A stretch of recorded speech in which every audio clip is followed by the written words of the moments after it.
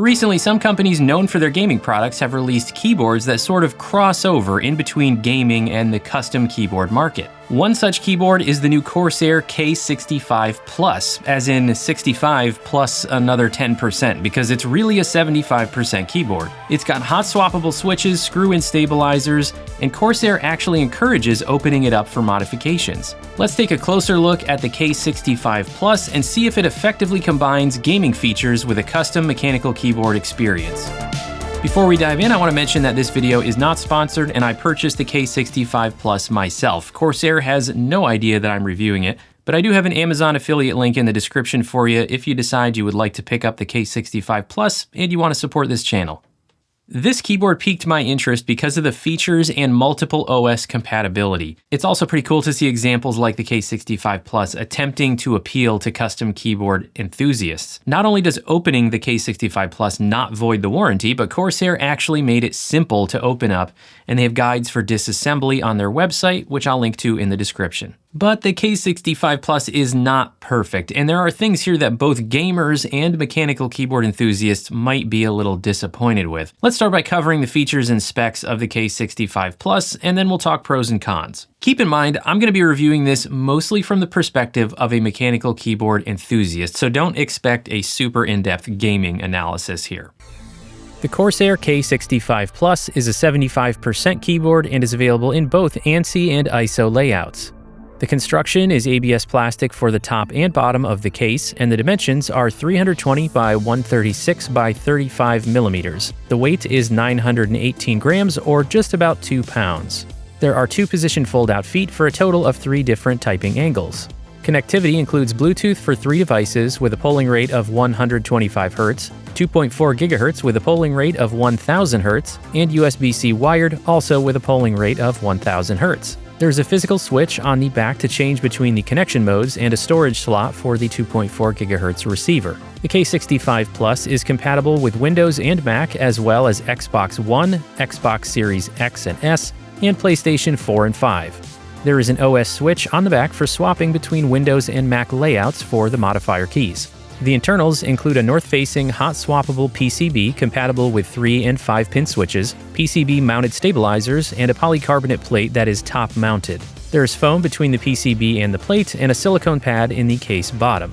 The switches are Corsair red linear switches with 45-gram actuation force, 1.9mm actuation distance, and 4mm of total travel. The battery is 4200 mAh, and Corsair estimates 266 hours of use time with all the lighting turned off. There's no published estimate with the lighting on. The keycaps are die sub PBT in an OEM profile and are not shine through, but they do have sub-legends indicating several additional functions, such as the different knob functions on the arrow keys. The RGB lighting can be turned on and off quickly with a button on the side, as well as controlled with key commands and the knob. The K65 Plus can be customized with Corsair's iCue software, which is available on both Windows and Mac. Features include lighting control, basic remapping, creating macros, and more complex functions and shortcuts, and even some third-party app integrations. The K65 Plus is available from several online retailers as well as directly from Corsair's site for a price of $159 US.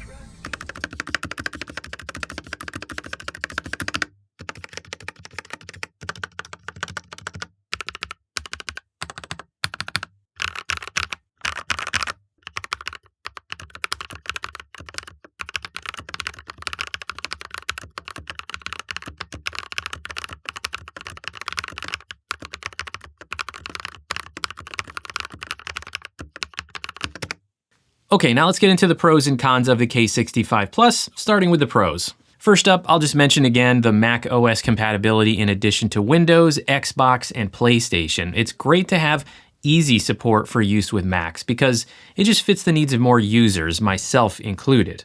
Also, while not everyone needs wireless connectivity, the wireless connectivity here is very useful if you have multiple devices, and the 2.4 GHz connection was very stable for me. I had no issues using it plugged into both a Windows laptop, a MacBook, plugged into a dock, plugged directly into the laptop. No matter what I did with it, it worked just fine at a reasonable distance away from the keyboard. It was very solid. And of course, being that it's a gaming keyboard, having the 1000 Hz polling rate for the 2.4 GHz connection is good. Another pro here, the build quality and the lighting, both are nice, especially considering it is an all plastic keyboard. I do, however, think that while I'm counting it as a pro, that the build quality is in general good. It's not amazing build quality for the price, so I have to keep that in mind relative to the price. However, in general, I'm not disappointed with it. It is great that it's assembled with screws like a custom mechanical keyboard rather than annoying clips, because that makes disassembly for modifications nice and easy. And of course, we'll be doing a couple modifications in a few minutes. I also appreciate that they went with screw-in PCB mounted stabilizers. In mind, I have a little bit of rattle on the backspace key,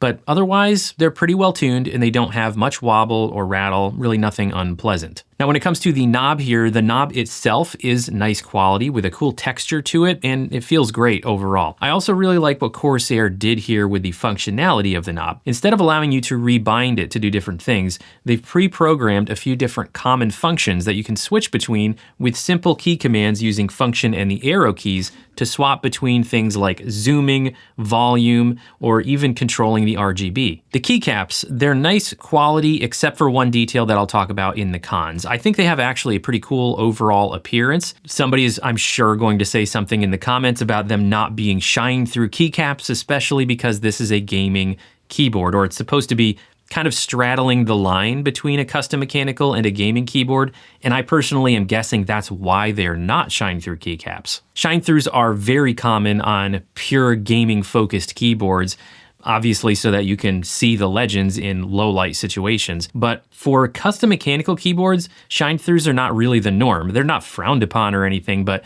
they don't generally come on a keyboard that's pre-assembled.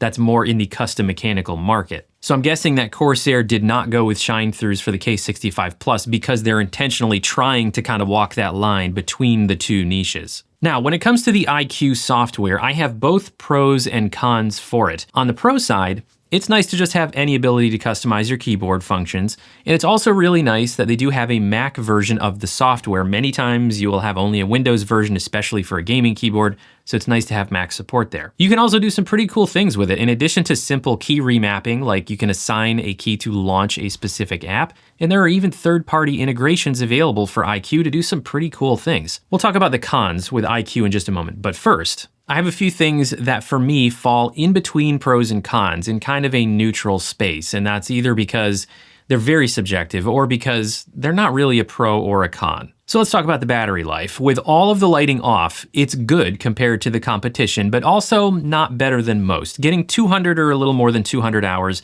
is good. It certainly sort of meets expectations, but it's not like amazing compared to any of the competition. Now, when it comes to the switches, they're pretty good. They're not my favorite, my opinion, not the best. They're not super scratchy. The thing for me of why they kind of fall in between a pro and the con is that they have a very meh overall feel and sound to me. They have kind of this subdued, softer sound. To me, they wind up feeling a little bit mushy almost. Speaking of things that are a little bland, the overall sound profile for me also kind of falls into that category, and it is mostly because of the switches, but the rest of the construction also contributes to that. It's fine. It's not like, oh my god, it sounds so good, but it's also not objectively bad. It's just kind of a middle of the road, pretty average sound for a plastic build keyboard. However, you can, of course, do your modifications to get more of the sound profile that you like. All right, now let's talk about a few cons for the K65 Plus. In my opinion, most of the cons here are actually about the software functionality. I have just one con, really, about the physical keyboard itself, and that actually is getting back to the keycaps. The legends are not centered consistently. It's the kind of thing where you might be questioning whether some are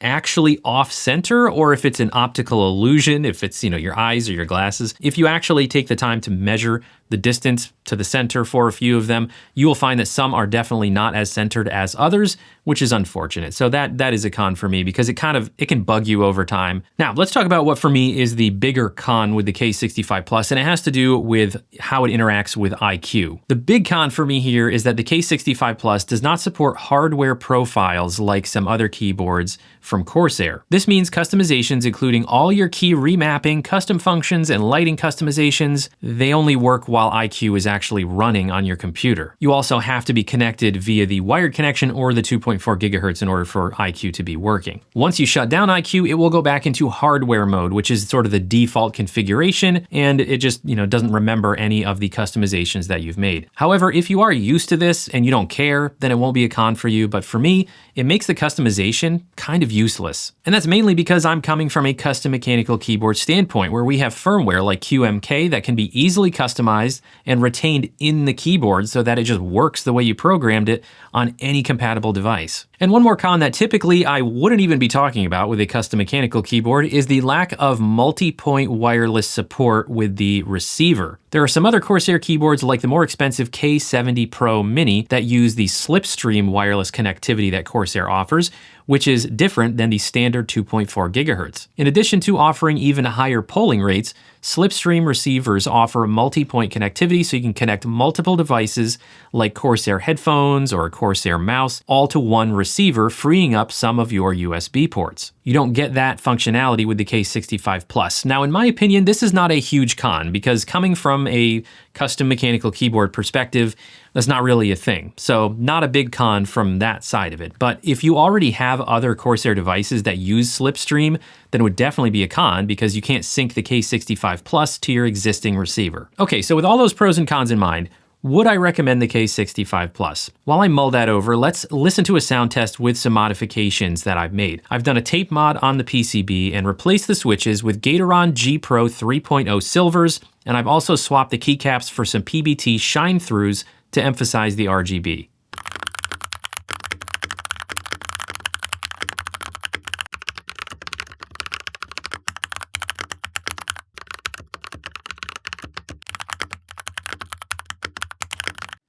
And now let's consider the K65 Plus overall. At the end of the day, I think that the K65 Plus is an interesting step towards something that appeals to someone who is both a custom keyboard enthusiast and someone who does some gaming. Now, if you don't have an issue with the requirement for the iCue software to be running all the time if you want to maintain your customizations, then it becomes easier to recommend. If that's a problem for you, then that could be a deal breaker. But at the same time, if you are on one of the extreme ends of that spectrum, meaning if you are a custom keyboard enthusiast who does not do any gaming and doesn't care about gaming features, or if you do a lot of gaming but you don't really want anything more from your keyboard besides great gaming performance, then the K65 Plus kind of falls in the middle and would, in my opinion, probably be a little disappointing to both of those people. If you are really into custom mechanical keyboards, you're probably going to want firmware customization that's retained in the keyboard. And if gaming performance is really the only thing you care about, then coming with shine-through keycaps and maybe the slipstream wireless performance would be more important to you. At the end of the day, for the price, I think there are some other options that I would recommend if you kind of fall in between. If you're in that sort of target niche where you do some gaming, but you also are kind of an enthusiast for custom mechanical keyboards, I would recommend the Keychron V1 Max if you're looking for something more budget friendly, right around $100. And if you're looking for those features but a more premium feeling keyboard, then check out the Q1 Max, which is the same layout but an all aluminum case. And there are tons of other options on the market as well, and of course other layouts. Those are just two 75% layout options worth considering. So that'll do it for this video. Let me know what you think of the K65 Plus down in the comments. Let me know if you picked one up for yourself and how you're liking it. Don't forget to subscribe to the Semi-Pro Tech & Gear channel, and while you're here, why don't you check out this video? You'll definitely like it. Thanks everybody. See you next time.